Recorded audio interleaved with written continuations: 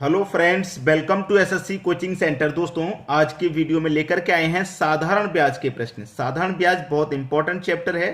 साधारण ब्याज सीखना बहुत जरूरी है, आसानी से सीखेंगे। चलिए स्टार्ट करते हैं।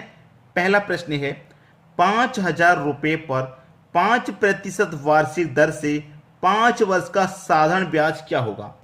साधारण ब्याज में एक फॉर्मूला होता है, सिंपल इंटरेस्ट बराबर पी आर टी पूरे का बट्टा 100।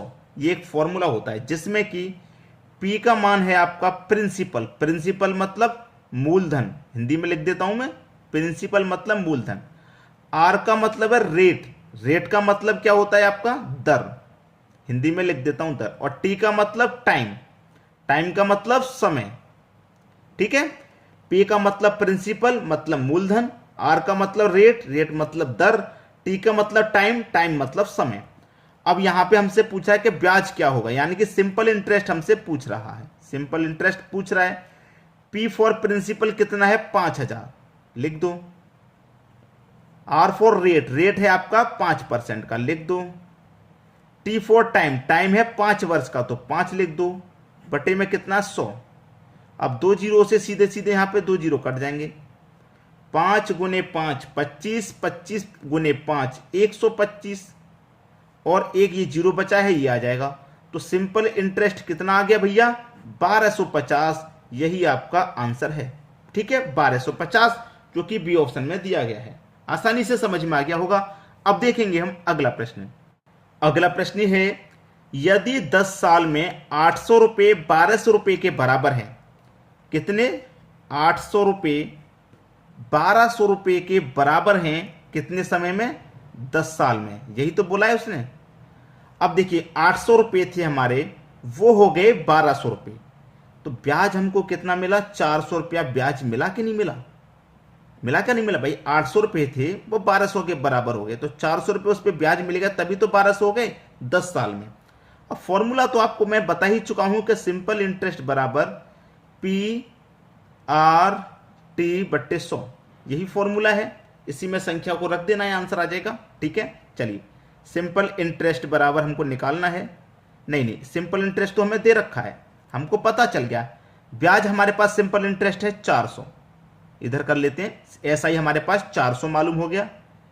प्रिंसिपल 800 है, पी फॉर 800, ठीक है, इनटू आर का मतलब रेट, रेट पता करना है।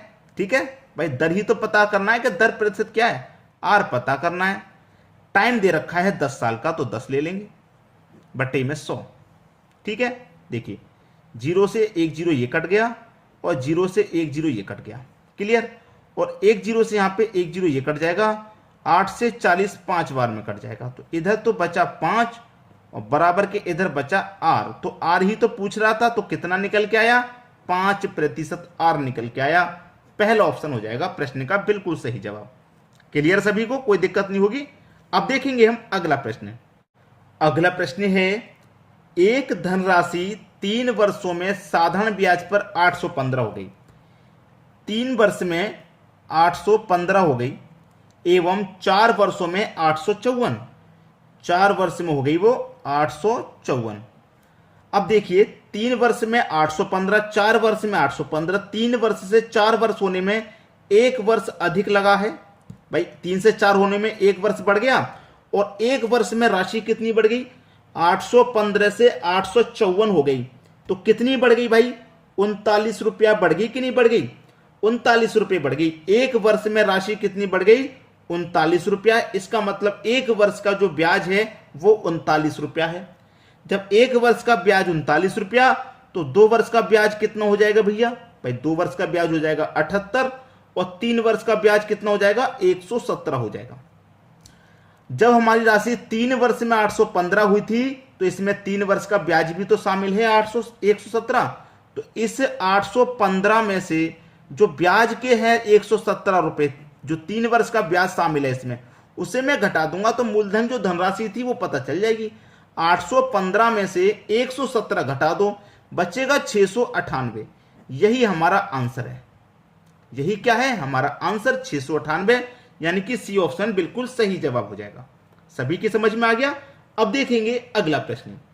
अगला प्रश्न है, यदि किसी धनराशि पर 6 वर्ष का साधारण ब्याज मूलधन के 30% के बराबर हो, मूलधन के 30% के बराबर, याद रखना, यदि किसी धनराशि पर 6 वर्ष का साधारण ब्याज मूलधन के 30% के बराबर है, यानी कि 6 वर्ष में जो दर लग रहा है मूलधन पर वो 30% का लग रहा है। जब 6 वर्ष में 30% लग रहा है तो 1 वर्ष में कितना लगेगा भैया? 5% का लगेगा कि नहीं लगेगा? 1 वर्ष में लगेगा वो 5% का। इतना क्लियर हो गया। हमसे पूछ रहा है कि यह कितने समय बाद मूलधन के बराबर होगा। मूलधन क्या है पता है आपको? नहीं पता। मूलधन नहीं पता तो 100 मान लेते हैं, ठीक है। 1 वर्ष का हमारा कितना रेट है? 5 है ना, तो 5 से डिवाइड कर दो, 20 निकल के आ जाएगा, 20 वर्ष, ठीक है भाई। कितने समय के बाद मूलधन के बराबर हो जाएगा? 20 वर्ष के बाद यह मूलधन के बराबर हो जाएगा। पहला ऑप्शन सही हो गया। सभी की समझ में आ गया। अब देखेंगे अगला प्रश्न। अगला प्रश्न है, एक व्यक्ति ने एक बैंक में 15,000 रुपए 6 वर्षों के लिए जमा किए। यदि उसे 4500 का ब्याज प्राप्त हुआ तो ब्याज की दर प्रति वर्ष है। जो साधारण ब्याज का फॉर्मूला होता है ऐसे बराबर वो आता है PRT/100, यही तो होता है। ब्याज हमारे पास दे रखा है 4500 का ब्याज प्राप्त हुआ। कितने का? 4500 का हमें ब्याज प्राप्त हो गया है। प्रिंसिपल है 15,000, 15,000 ले लो। रेट नहीं पता, रेट ही तो निकालना है। टाइम भी दे रखा है 6 वर्षों का, तो 6 ले लेंगे, बट्टे कितना आ जाएगा? 100 आ जाएगा। अब 2 जीरो से सीधा सीधा मैं यहाँ पे ये 2 जीरो कटा दूंगा, और ये वाले 1 जीरो से ये 1 जीरो कट गया। 15 त्रिक ये 45 कट गया, 15 त्रिक 45। अब देखिएगा यहाँ पे 2 जीरो से मैंने 2 जीरो कटा दिए थे, 1 जीरो से 1 जीरो कट गया, ठीक है। 15 त्रिक 45 कट गया, एक ये जीरो बचा है कि यहाँ पे आ जाएगा। इसका मतलब 30 बार में ये 450 15 से कट गया। अब 6 से कटा लूंगा 30 को तो 5 बार में जाएगा, तो इधर तो 5 बता और इधर बचा केवल R। तो R मतलब रेट कितना परसेंट का निकल के आया? 5% का रेट निकल के आया। यही हमारा आंसर हो गया। सी ऑप्शन में दे रखा है 5%। तो उम्मीद करूंगा कि सभी प्रश्न आपको आसानी से समझ में आ गए। ऐसे ही और भी प्रश्न मैं आपके लिए लाता रहूंगा साधारण ब्याज के। आप बस लाइक, कमेंट और शेयर करते रहिए। ठीक है दोस्तों, धन्यवाद।